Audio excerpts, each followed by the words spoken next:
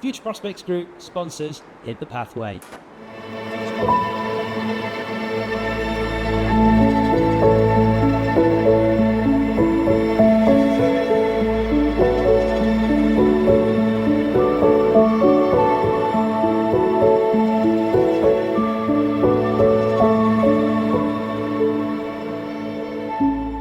Hi, and welcome to Hit the Pathway. In today's episode, we're at the fabulous Rufford Country Park and Abbey.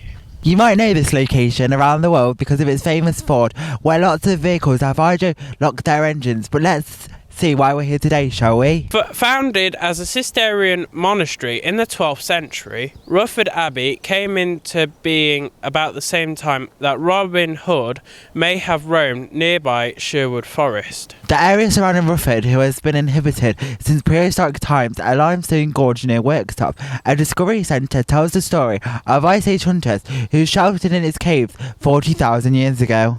Local forests of oak, birch and lime were first partly cleared by Neolithical people. However, areas of ancient oak and birch woodlands still remain 3 miles away. At Sherwood Forest Country Park, you can walk in Birklands and Bilhug.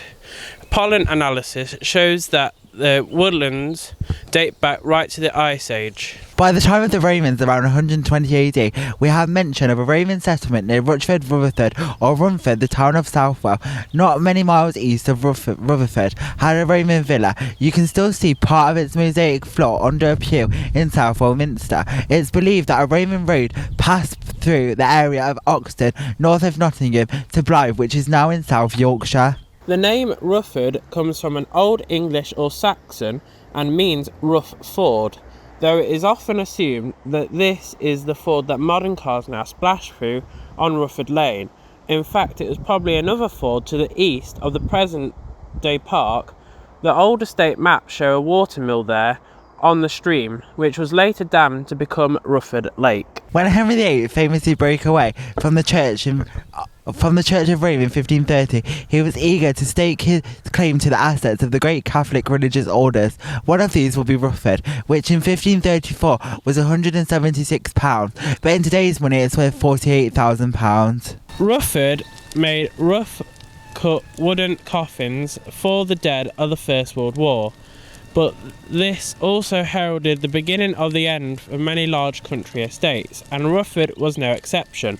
The estate suffered from rising taxes and wages and reduced income from farm rents, so that by 1938 the trustees of the young third Baron were forced to sell the estate. The estate's house and contents were taken over by the army in 1939 during the Second World War, and the Leicestershire Yeomanry 6 cavalry brigades were stationed there, arrived as horse-mounted troops and leaving as motorised artillery.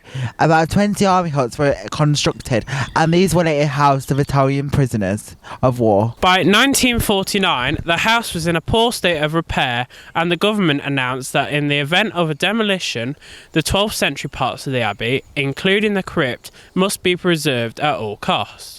In 1952, Nottinghamshire County Council decided to purchase the abbey and about 130 acres of land around the abbey, and in 1956, despite some public outcry, a necessary controlled demolition of the abbey's upper floors, the 17th century north wing and the 18th century east wing was started and completed 2 years later. In 1969, a park ranger service was set up and the site officially designated a country park. After years of neglect, the future is finally looking brighter for Rufford Abbey. So that's it for this episode, and possibly the last episode ever of Hit the Pathway, but who knows, it could be back. I've been Matthew. And I've been Jack. Bye.